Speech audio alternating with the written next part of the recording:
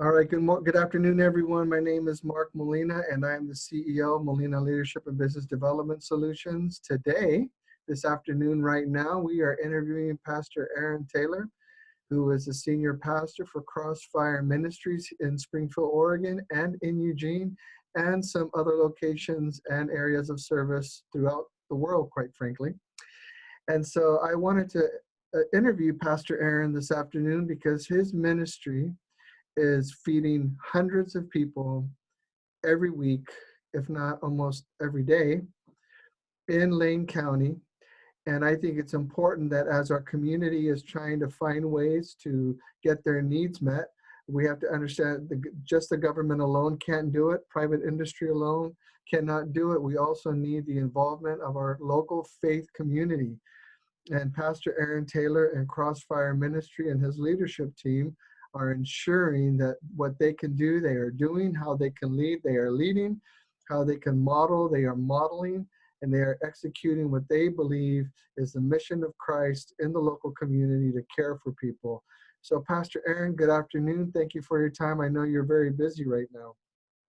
Yeah, no, I'm glad to be with you. It's an exciting time. It's a scary time for some and a difficult time for all of us, but truthfully, whether it's business or ministry, the truth is when you find adversity, and we all come up against different adversities, whether they be personal or ministry or in business, it's those who can find ways that are creative and ways to find where the adversity is and what you can do to overcome it is really those who survive in life and business.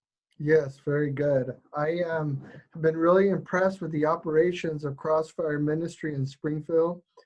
The videos, the photos, all of your volunteers, all of your ministry leaders that are there, that are present, that are making sure that the community has access to food and the other types of modalities that you minister to the community at large.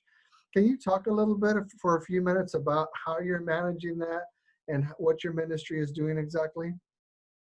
Well, I'll be honest with you. We are actually doing nothing that we haven't done for many years. Yes. We just have to do it differently. Yes. So we've been feeding and doing food ministry for close to 20 years.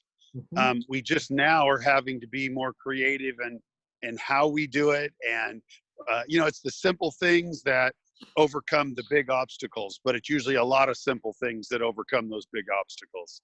I think most people are quick to say, we can't, we shouldn't. Even in our Eugene campus, just because of the lack of volunteers and some leadership is the only reason the same thing isn't happening in Eugene right now.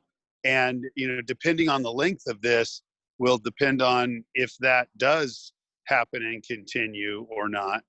So we can open up the same thing in Eugene. But, our goal is to do a drive-through feeding program. And, not every single person who comes through, you get lots of criticism when you do anything other than, sure, home right now.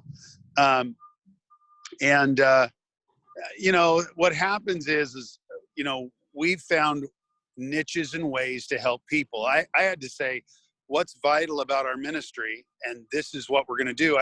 I'd listened, actually had a meeting with Frank DiMaggio. I don't know if you know who he is or not, but yes. And in the process of having the meeting, he just said, Aaron, sometimes we just have to look and find out what's vital and what isn't, and cut everything that isn't vital out. Mm-hmm. Well, I think that's definitely happened for the world and the church right now. It's the things that are vital. And people say, well, our gathering is vital, and it is to a point, but the truth is, what is most vital is relationship. Yeah. Can we keep relationship during this time? Well, our relationship with the broken and the hurting and, single moms is probably the greatest value that our church has with the community is to find hurting people and create relationship with them. A friend of mine who's another pastor said, how's this doing with you connecting to business and getting their support? I said, I'm not that great of a pastor. Honestly, that's probably your job. My job is to love people and let God figure this stuff out. I'm just not real good at going out and raising money from people who have it. I just like filling the need and letting God figure it out. And so far that's been happening. I'm sure I could do better at the other. But we've been able to help people, and it has been phenomenal. And the attitude of the people is so much better than it has been in the past. There's a certain amount of, I feel like I deserve what the church or what you're giving and your help. I deserve this. It belongs to me. You should be doing this because you're a Christian. That attitude has completely changed. And we are seeing the gratefulness of the hurting, those who come in who are like, how can I help? What can I do? I'm limited, but, and in most cases we just say, hey, just be blessed, and when it's not illegal, we'll maybe, see us in church or something, but it's just been the whole thing has been such a good thing, amongst the bad. And this weekend I'm preaching on, getting through the storms of life, and how, Jesus, he fell asleep in the boat intentionally. He was intentional about it. He had told them what they should do. He had taught them and discipled them, and they were about to face even worse. And I think that worse times are ahead. And I'm not trying to say that to discourage people, but we're going to have more obstacles ahead, greater than this. I think this is just a preparation for what we're going to see ahead. But if we have the tools, and if we know how to deal with obstacles, it doesn't matter what the adversity is ahead. And so that's kind of where I think we're at. And I think this is a good training and preparation time to say, hey, things could get a lot more difficult, a lot worse. How are we going to respond to it is what makes, really shows who we are or who we're not. Yeah. I know that your ministry has been feeding people for years. You've been, ever since I've heard of you or ever seen you on television or any of your shows or heard your name. I got out of the Army in 1995 and came to this area, but you've always been Pastor Aaron Taylor since I've come into awareness of who you are. And you've always been about the business of ministry and the business of people. You've been about the business of helping and serving people. And that's one of the trademarks of your ministry, is building people up to the best of your ability to do what you can do to lead in that area. And I just wanted to say that about my recognition of who you are. I say that during this pandemic, I was scheduled to be in the Philippines, and I was scheduled to have 2 weeks off, and fitting that in this 6-week period was going to be tough. I didn't end up going to the Philippines. I didn't make it to the National Association of Broadcasters in Vegas that I was supposed to be at. And I can't find 2 weeks off because I'm at the last edits for my book that really explains what my heart and drive is and why I do what I do and how we do it. And I don't do anything, but as a church, it's about creating a culture of loving and serving people. And this book I'm doing, I am so excited about it because I believe it takes everything we know and it doesn't change it. It just tilts it a little and you go, aha, this makes more sense than I thought. And it's really what, it's what a lot of people I even know very close can't figure me out. There's just, God's changed something inside of me that just looks at what we get out of life differently, and the rewards being so different, not because, oh, it's all about me, but literally where I get to do something on an eternal level that opens up the windows of heaven in a way that may or may not be financial, but I'll tell you what it is. It meets and satisfies the need of my soul like I've never had before. And so times like this are just exciting for me. I mean, I literally, I don't like them like anyone else. I can't stand that I can't hug somebody. I can't stand that I'm doing outdoor services instead of a church service. It's blown everything apart. But when I sit down with our staff, I said, what's essential? In the first few weeks, celebrate recovery, our recovery homes, our homes for the single moms and the battered women, dorms for them. How do we keep them open? How do we, meet the requirements? How do we do those things because we had to say what's most important, what has to remain. Mhm. And that's what we've continued to do. But it's been exciting to kind of reevaluate what matters. So, I wanted to meet with you. I want to get to some of these other things because it's part of the overall story of Crossfire Ministries and Pastor Aaron Taylor. Let's talk about quickly though. People you are on 28th Street, Crossfire Yep. Ministries. 942 28th Street. Every Thursday we open from noon to 4 for food boxes, and seniors we deliver. Anyone that is disabled we deliver to. If they can't get out, they can talk to us. We have to be careful to make sure we're not picking and choosing. We just try to, everyone in this category we deliver to. Now, how many families are coming through the center there at 942 28th between 12 and 4 on Thursdays? Any given Thursday, we're ending up with about 150 to 250 families, which represent about 1,000 to 1,500 or more per week is what they estimate. Because we get not only do we take how many people are coming, but then we say how many people are coming and how many are in the family. So I know that we were at 1,500 unique families that we have fed so far. And excuse me, where are those contributions coming from? And do you have the metrics for the tons of food that go through your ministry on maybe a weekly, monthly basis or an annual basis? Well, if you go around the back of our church, you see semi-truck after semi-truck after semi-truck.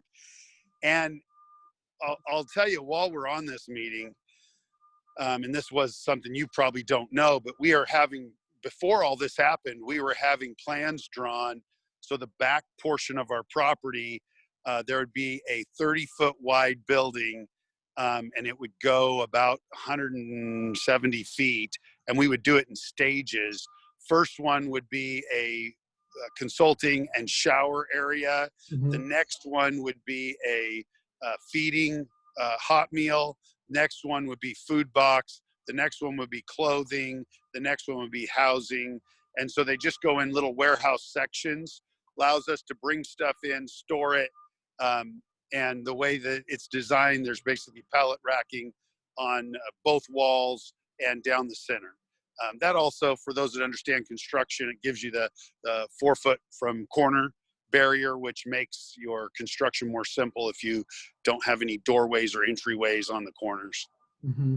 And you think you'll be able to continue on with those plans post-pandemic? Well, I'll tell you what, we never, we operate about $40,000 shy of what we need every month. Mm-hmm. And so every month we fall behind about $40,000. And then our fireworks fundraiser is the primary one that it pulls us out of that every year.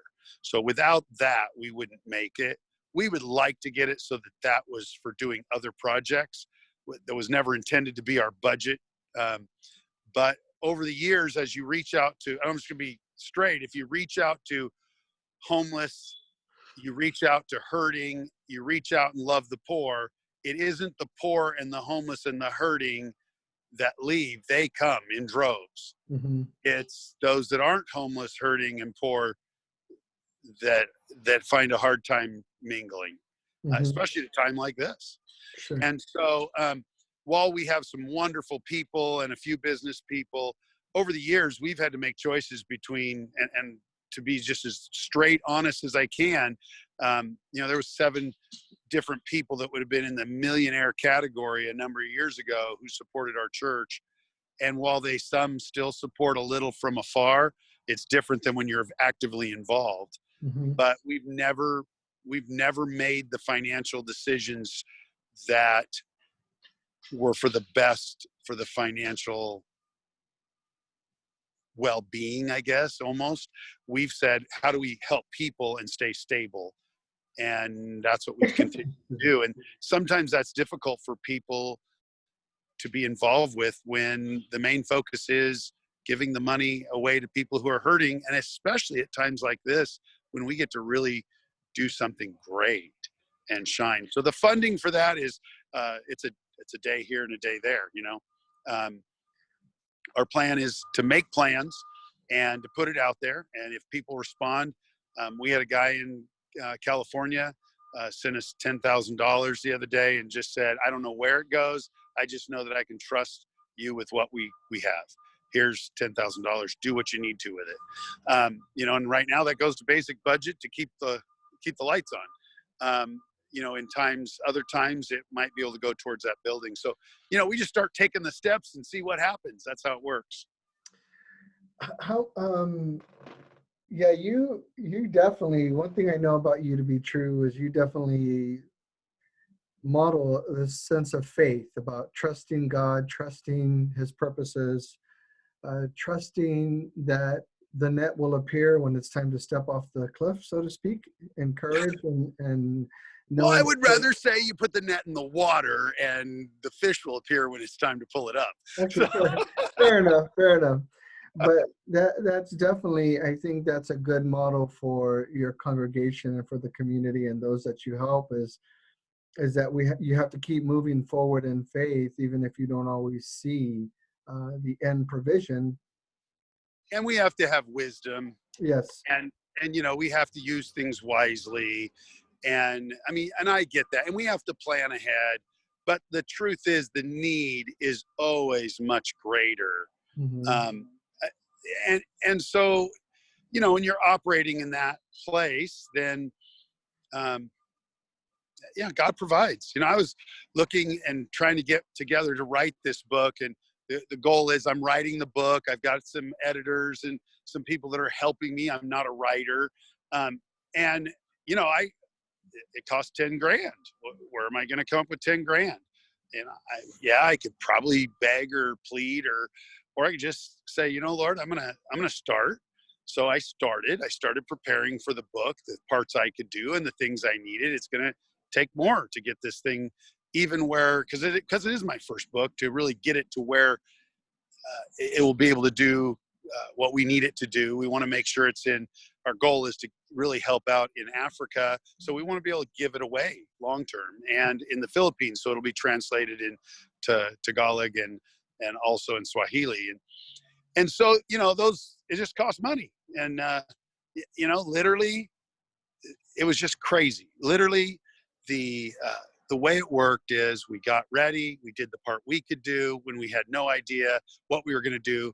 Shopco buildings, all did their liquidations.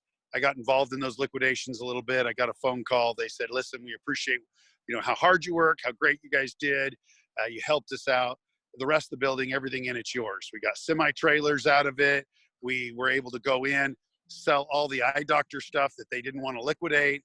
And I got exactly the amount I needed to start the book. Now, is that just a miracle? You can say whatever it is. The reality is you got to do your part and things come together. I believe that's God, but even for those who may not believe that's God, here's the reality. When you do your part, it opens doors for things to be able to come together. Yes. And that's a powerful thing. But you don't do your part. You wait for it all to happen. That's not faith. Yeah. So you mentioned just a moment ago, you have Crossfire Ministries serves a broad spectrum of people in the community. You've mentioned Celebrate Recovery. You've mentioned your recovery homes. You've mentioned the homes for single mothers. Talk a little bit about, you're feeding 100 to 150 families every Thursday. You're trying to keep the lights on. You're trying to stay engaged with your congregation. You have drive-in church this last week and another drive-in church on Sunday. And it went so awesome. Yeah, it really did. We'll talk about that creative ministry there. But I want the other aspects of how you serve, how Crossfire Ministry meets the needs in the community, especially in the recovery home, the home for single mothers. You also have a secondhand shop that you run as well. Is that correct? We actually, our rent was just too high. We are ready. We have a trailer full ready to, with everything it'll take to reopen one. But this last summer fall, we shut down the secondhand store. we're just looking for the right place to do that again. It was a really good thing, but rents are so high. Yes. And until we could find something where the facility was large enough to accommodate the donations, we could man it, we could staff it, but the rents were just too high for it to be anything other than a place for people to work. And we were losing with just the rents being too high and having too small of a building. So what was the goal and the objective of the ministry with that secondhand store? What were those proceeds? If you didn't have to pay the rent and all those other considerations, the hope of funding was for what portion of the ministry? So 100%, there was hourly wages paid to 2 individuals for while the store's open. Everything else was voluntary. Nobody got a salary. Bookkeeper, I think, made $200 a month. And it was not about those kinds of things. It was about people volunteering who also may live in one of our homes, or volunteering for somebody that is in one of our programs, our women's discipleship, for example. And just helping people get back to some structure, while any monies made from that always went back into paying the rent for the homes, or or the feeding ministry, or CR and Celebrate Recovery Issues and things like that. So that's always been our goal. And we don't create programs, truthfully, to meet needs. We create relationships and then find ways to meet the need. Does that make sense? Yeah. Just because the programs, what happens is you have to have the people, and I'm going to leave it nameless, but right now there is a well-funded organization that I would never say negative things about, but they're in our community. They have been bringing trucks of food to us, because while they're still raising and getting the food, they don't have any ministry going on to give the food away. But they don't want to quit getting the food and the donations, so they don't tell people that they're not doing their ministry, but they don't want to waste the food, so they bring it to us so we can do the ministry. And at times you just go, what you've done is you've created a program and the support for a program, but you're not, and you want to keep it there for the day it might happen. And I understand that, but it really should be more relationship birthed. Hey, I've got a need. Now, how can we creatively do that and meet that need? And that's really where all of our stuff, our dorms are literally as needed. Right now we have some single moms in one dorm, and that'll hold up to 10, and the other dorm holds up to 10. And there's a woman that went through abuse, physical abuse, and was injured. And so we open those up. Would they be something different? Yeah. 6 months from now, it might become for teenagers. And, it just depends on the program and the need at that time. They all run through some program. We need that structure, but we try to remain nimble and flexible, so things like this don't put us into where we're just trying to say we're doing a ministry we're not really able to do. So they'll change. I'm not going to build the push on this or that. I'm going to build the push on, okay, we have a need, let's meet that need in the community. So, and I find that's a very interesting philosophy, because life is adaptive and it shifts and needs shift. And I know that you help a lot of people that are in the midst of or post severe addiction, incarceration, and many of people struggling with those, that segment of the population that's trying to come out, to get healthy, to get strong, to get on their feet. And so you have a recovery home, a single mother's home, but don't you also have a Bible college at your church? We did master's commission, and we do not right now. We did for 15 years. But that really came down to, it's not that there's not a great need, and I wish we could continue that. It just really comes down to leadership. And we had one of our main leaders that we had raised up, now probably 18, 19 years ago, went to Southern California. He pastors there, and replacing him got to be a little more difficult than we had thought. And so in lieu of trying to hold up a ministry that didn't have the right leadership in place, again, just took a hiatus from it, remained flexible. With the right leadership, would we immediately go back to having our schooling? Oh man, most definitely. In fact, it's heart-wrenching not having it, to be honest with you. But Mhm. again, I don't want to keep a program going just for program's sake. It's all birthed out of relationship, out of the right leadership, and trying to keep that conduit of leadership. So many times you're sending them out, but some have to stay. So we've Mhm. had a lot go out and not enough stay that was able to keep that. And that's some oversight of ours we've had to reevaluate. Mhm. So you have as well, your ministry supports Celebrate Recovery. Yes. How are you facilitating the recovery homes, Celebrate Recovery, the needs of the people? So we're quick to work with other recovery homes when that makes sense, when they're ran right and they're helpful. And then we have our own right now, because of the COVID-19, we actually have the home empty. And we're in the process of whether or not we continue it, kind of the same thing. So our men's recovery home, we do not have a women's recovery home, except unless they meet specific categories. Um, we just do a women's discipleship. Recovery is part of that. Sometimes it's other things. Maybe they're coming out of like a divorce recovery or things Mhm. like that. Mhm. But right now, our men's recovery home, we moved out May 1st, or excuse me, April 1st. Mhm. We still have the building house rented. It's vacant, which is not something you want to do, but you can't put people in it unless it's the right circumstance. Otherwise, it becomes a flop house. So, Mhm. so right now we're kind of reevaluating during this time. COVID's definitely changed everything you do and how you do it. Mhm. So you have the Springfield campus and the Eugene campus, is that correct? That's right. We sold our South Eugene campus, Mhm. and then we bought the West Eugene campus, which is smaller but has 2 dwellings on it, and it's worked out good. And we have really not put our major emphasis over there yet. And during this process, it's basically not in use until we can start doing a feeding program there. Now, how many pastors do you have to facilitate all of these areas of service and commitment that Crossfire Ministry has to the community? I Right mean, now, I know you probably work about 80 hours a week because I know you. What about yes, I like working, so that's and the me easy part for too. me. Um, I enjoy. I mean, I can't sit still very long. It starts driving me crazy. So I get time with my wife, time with my kids, and I work. That's what I love to do.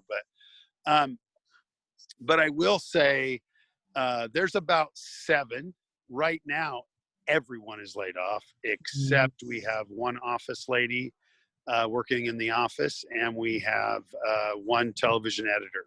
Everyone else is laid off. We made that decision early on because we didn't want to get in a position where we got too far behind. Right. That being said, you can't stop them from volunteering, and they do. And so far, no one has walked away. They just continue to show up to work and love Jesus and do what they're called to do. So, but we're not. I mean, everyone's been laid off, including my wife and I, and and it doesn't change anything. It's Mhm. just the way it is right now. And part of that, one of our decisions early on was, and I know there's some small business loans, and we've went after those. We'd be willing to hire people back, but we have yet to be able to get our bank to just even do the paperwork with us because they keep saying, oh, we're on pause, we're on pause. So we'll see. If that came through, we'd hire them back in a heartbeat. But one of the things we didn't want to do is have so many around us laid off from work, so many restaurant workers, so many different ones. And then, then here we are all still getting paid. And so we felt like the first thing we do is let's get in their boat and let's be in their boat with them, not Mhm. try to tell them how to live their life from a different boat, from a yacht. So that's kind of where we're at. Well, that's a great leadership example, in the and I spent several years in the military in the U.S. Army infantry, and the infantry leaders are always the first to show up for work. They're the last to go home. They're always the last to eat.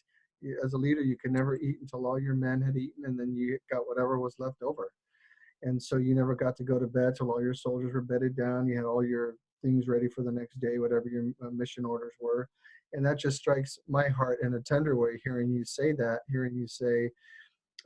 we need to be in the boat where our people are at. We're not separate from them. We need to be living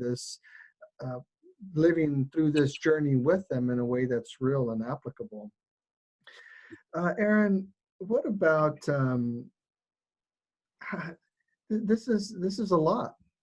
You've got a lot of ministry going on to a lot of different people. Your entire staff, including you and your wife, you're all laid off, and you're all showing up and you're working every day. Why? It's who I am. Even we have a youth camp on the McKenzie that we run, and some great things. People have jumped in. That's, would be probably not our biggest priority right now, but people are wanting to say, hey, what can I do? And I love people who don't say, I want to give you 5 reasons I can't do something. Tell me why I can. I'll find a reason why I can. And that's really it. Ultimately, I grew up in a home of a very hardworking business owner and pastor, and my dad worked really hard, was probably never successful at either one from a man's success, but I've watched him be a man that was full and had joy in his heart. And when he died happy. I want to do that. I also run a couple businesses. I have an asphalt business, which, we use all the proceeds of that to go towards the ministry. And, all of those kinds of things, ultimately, when the day's done, I have to go to sleep at night and just feel like, hey, I've trusted the Lord and he's been good to me. And man, I'll tell you what, 30 years, I've trusted the Lord and he's been good to me. And that's just that simple. And I'm not going to stop that. Wherever I live and whatever I do and whatever I have or whatever I don't have, I'm just going to keep trusting the Lord, and he just always is good to me. Well, I appreciate that answer about that story you shared about your father. In the eyes of, we always have our ideas of what success is supposed to look like or what success is supposed to mean. In the years that I was pastoring, I always heard it from other clergy or big churches about what that was supposed to look like. And if it doesn't look like this, we always had a smaller ministry. And I can't tell you the amount of pastors that said, you should just close up and go home and go do something else because, your ministry is just too small. But I loved what I did. Yeah. I loved here's the truth. I loved being in the, yeah. Go ahead. If you, any good pastor, you get a dozen people. That's it. I mean, Jesus pastored 10. I mean, you can have big crowds, but nobody pastors more than 10 people. Not really, not effectively. And, John Hagee's a friend of mine. He runs his entire ministry off the whole concept of 10. So, okay, so if I have a church of 12 people, that's pretty good. Now, if some of them become leaders and I pastor, 24 people, 25, that's not too bad. You know what I mean? I don't think that is a lack or not good or not quality. It's really about purpose and calling and timing. If my church is 12 people, I'm happy. If my church is 12,000 people, I'd be happy. But I could have a very unsuccessful 12,000 member church with lots of money and people who are not, they're not really being pastored if I don't have a whole lot of leaders in the process. And I don't know that pastors are true leaders in the church, and they can't really lead the church. There's just, a church should be full of a lot of leaders, not necessarily a lot of pastors. There are people who do the work of the ministry. That's what we're supposed to do, is train them to do the work of the ministry. Yes. Tell us a little bit about your overseas work as a pastor and from Crossfire Ministries. I know you have some regional work on the West Coast. Maybe you can talk about that a little bit, but I also want people to understand what you do globally. Well, everything for us, and I said it, I say that a lot, is it's just all relationship born. Mhm.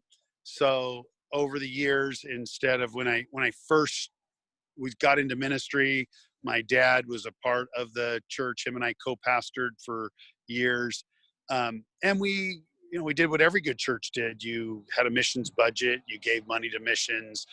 When the missionary came over here, you might meet him. And a friend of mine named Ronnie Benius, we built a church for him and a church for another guy in Ghana. And when we built that church, we gave them the money and they built it. And next time they came over, they were very grateful, probably looking and hoping that we'd give that kind of money again. And I remember talking to Roni, and Roni said, "When are you going to come see my people?" And we had made a covenant between churches, sister churches. And I said, "Well, I'd rather just help you and financially support you." And he said, "Well, here's the thing. We can't really be covenant then." I said, "Well, what do you mean?" And he said, "Well, I know you and you know me. And we could be covenant brothers, but not our churches." He said, "I know you. I know your people. Your people know me, but you don't know my people. How can we truly be in covenant?" And I literally, as he's asking me to come visit his church, and they have, 48 churches there now. And I went, "Well, I think it's time to take my first mission trip." And so within a year, I took 22 people on the mission field, not knowing what I was doing and feeling a little bit lost. Um, and it has changed our whole area of ministry. And so from that, we have been developed. We don't develop control over anyone. I'll give you an example. One day, when things really began to change and we were financially supporting churches in a different way, um, one of the missionaries came to me and he said, "So do I have to change my name now, or what part of the name? Can I still use part of my name? Because I know you'll want it to say Crossfire." I said, "What in the world makes you think I want your church to be Crossfire?" And he goes, "Well, that's what all churches do when they give money. They want us to change our name to their name." I was literally so naive and blown away by it. I just said, someone's going by. Um, I was blown away by it. I said, "I don't want you to change your name. I don't want you to change who you are. I don't need any control over you. We're in relationship." And I just learned that the whole system of religion is about control and manipulation too often, instead of it being about relationship. And I don't have to control you to support you, to help train your leaders, to vice versa, have you train some leaders. Um, that's just not what it should be about. So that began. We'll license. We'll work with other pastors overseas, but that's not even a push of ours. I mean, I don't care who they're licensed with. If they have a love for Jesus and we can work together, let's work together. And again, is it naive? Probably. I don't have a huge budget or funding. What I have is an impact that God does today, and if He doesn't tomorrow, it's okay. I'm not building anything other than the kingdom of God. Crossfire's really insignificant in that. Um, it's just a matter of, when I die, I'm going to show up and see what God thinks of the house that was built, not Mhm. anyone else. And so our overseas work is simply that. It's relationship, it's friendships, it's pastors that I pray with, I talk with. Um, they come over, they stay in my home, they minister in our church, we help orphanages, and that's what it's about. I wouldn't say I'm good at any of it other than being loyal and being someone's friend. And that's what it should be, I think, in the long run. But not big on manipulation. I'm not big on control. I'm not big on it just ultimately, can we have a friendship? And do you get burned in friendships? Yeah. It's like feeding people. We're going to feed 100 people and make a difference in one person's life. That's not great statistics. Yeah. But but it's a real statistic. It's a real statistic. What are some of the countries your ministry has been able to go and help and serve and to, I mean, I see it on Facebook, but the Philippines, Yeah. I So think. a lot in the Philippines, two different organizations that we're really close with there is Lift Jesus Higher with Roni Benius and have for, yeah, we've been there for over 30 years. And then also Cross Tower, not Mhm. Watchtower, Cross Tower. Mhm. They're based in Southern California, so I'm there a lot. And then in Manila and throughout the Philippine Islands. And Jude Garcia, actually, I just did the wedding for his daughter a few years ago. And then his son, just this last January, I was able to go and do and perform the wedding for them. And it was a great celebration. But just relationship, they just kind of become family, and that's really what it's about. And then in Kenya, we have dear friends there that we work with and help there in Kenya, throughout Kenya and Uganda, and a little in Tanzania. There's also a place called The Walk in Kenya, which is a school and orphanage, and keep them in your prayers. They're really going through it. And same thing, a small school in Uganda, and then Bridge of Hope, which is a completely different organization that we that's here in Portland that we've worked with and sent leaders there, and vice versa. They've come here and spent time here with us. We had the kids for about a month while they were traveling and raising money here in the Northwest. So just that, those are kind of some of the, I've built churches in Ghana and you know, been in Nigeria, Mexico, a little in Mexico. We, our contacts in Mexico have changed a little, so we don't have as many contacts right now in Mexico as we used to. We built some churches and did some ministry down there with a ministry called Open Door. But you know, they're just, it's all about relationship. You know, Yeah. it's not about these being my churches or my things. It's just about relationship. And one of the things we're doing is we're waiting for a piece of equipment that I just bought that would allow us to do more of this kind of a thing, where it could be open to a large audience. And we're really excited about it. There's just one piece of equipment we need to get in, and it's back ordered, so we're hoping it'll come in this week. But we want to do stuff where we can have prayer services Mhm. with the different countries Mhm. and their leaders. But we did our first online prayer service, and if you get a chance, it's on my Facebook, last Tuesday, and had 8 staff, all separated with their 6-foot separation. It was even more than that. And in our church, we were able to do something I've been wanting to do for about a year, just a live prayer service Mhm. that was phenomenal. Well, I'd like to be able to do that also internationally with the different leaders. And so that's something that is definitely close and in the works as things progress. So it's a little of what we do. Well, that's exciting. That's exciting to hear that you trying to make that connection. And I think this concept of a prayer ministry is probably one of the most underutilized gifts that we have as a church, or the church, and our faith system that we have. And I'm not embarrassed by my faith, and I made that clear with this business, that it's part of who I am. And whatever your faith system is, it should be part of who you are as an individual and what you believe and how you operate and live your life, that value system. But you know, I do definitely believe in this concept of we need to pray more and pray for one another and to humble ourselves, because this concept of prayer, it keeps us in that place of humility, the awareness that we are not all, sometimes we can get high and mighty with who and what we think we are. And I just want to say with all sincerity that ever since I've known you, I've never known you to be an arrogant man. And I can't say that about a lot of clergy. There's 2 people that I will put in that classification. That's you and Pastor Dan Trujillo of City of Destiny Church. You are 2 men that I know beyond a shadow of a doubt are the most humble men that I've ever met, who carry the title pastor and who carry their ministries in their heart.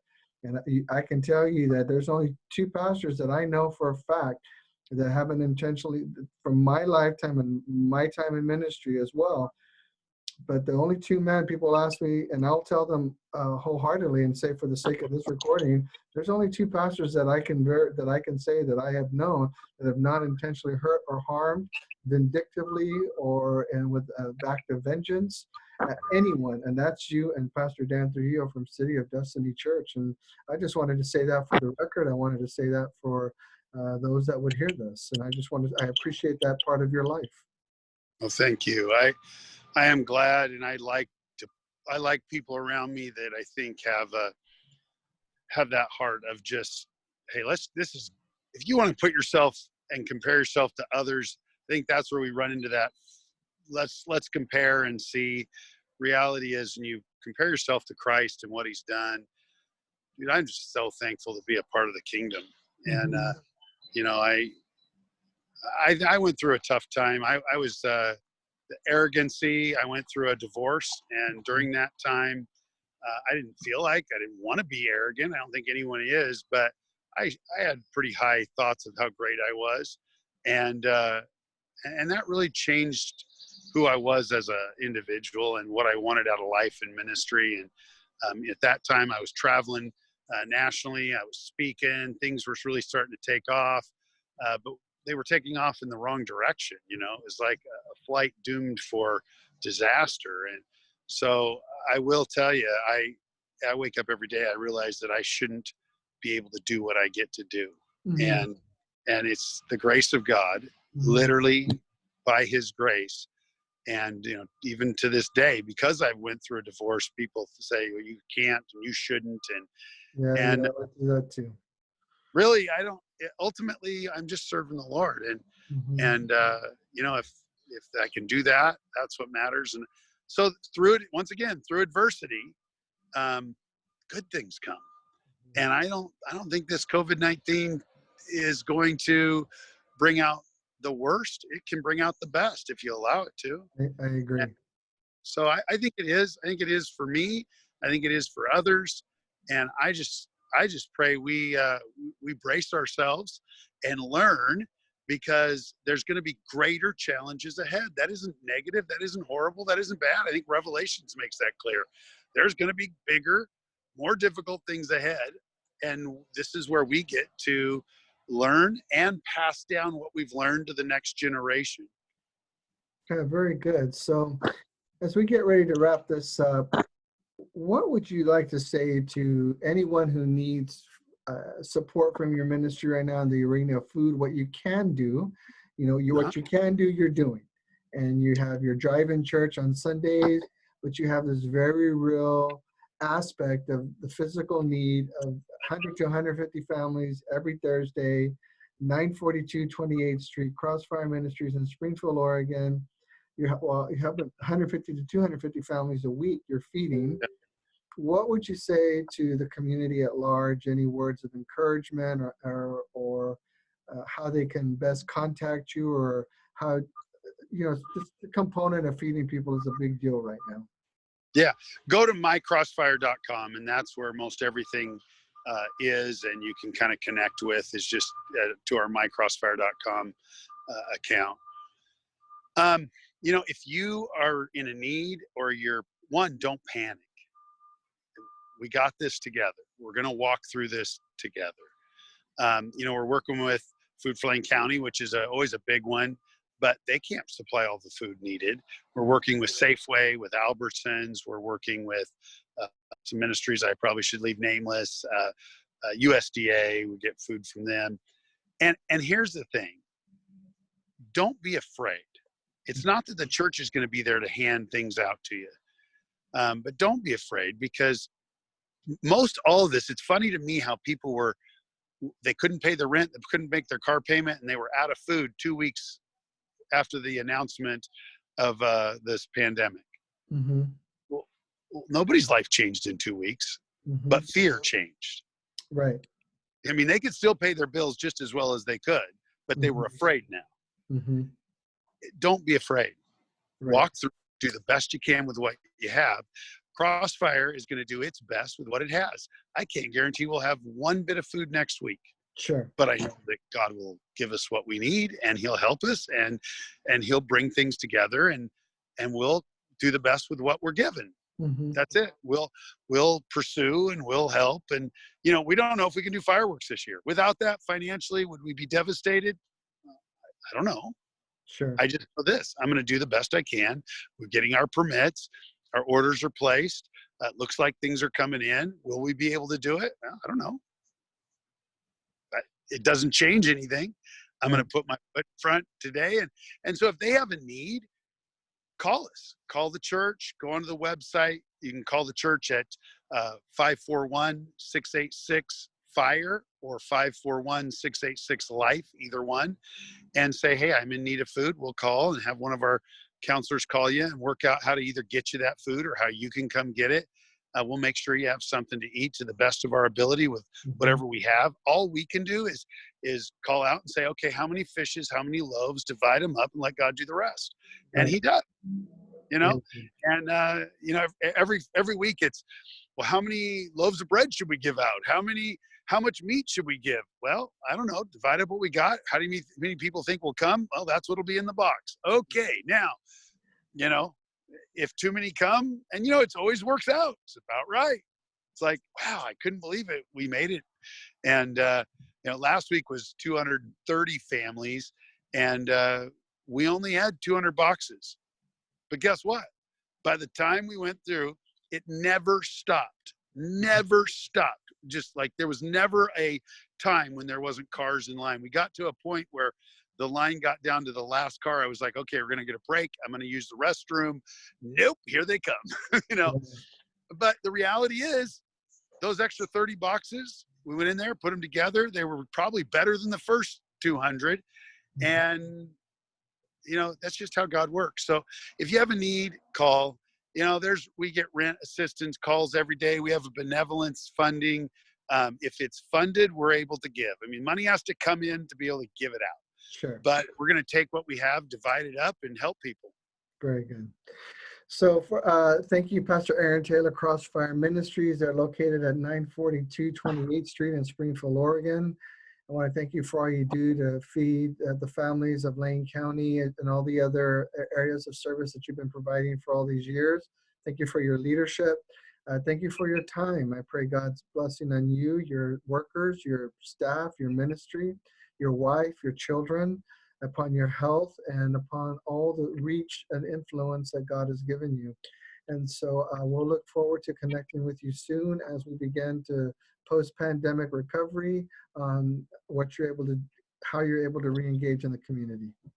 Hey, let me tell you one real quick story, okay? So yesterday I get a call from an older guy. I had done a guy was an atheist for the most part, and right towards the end of his life, he reached out to him.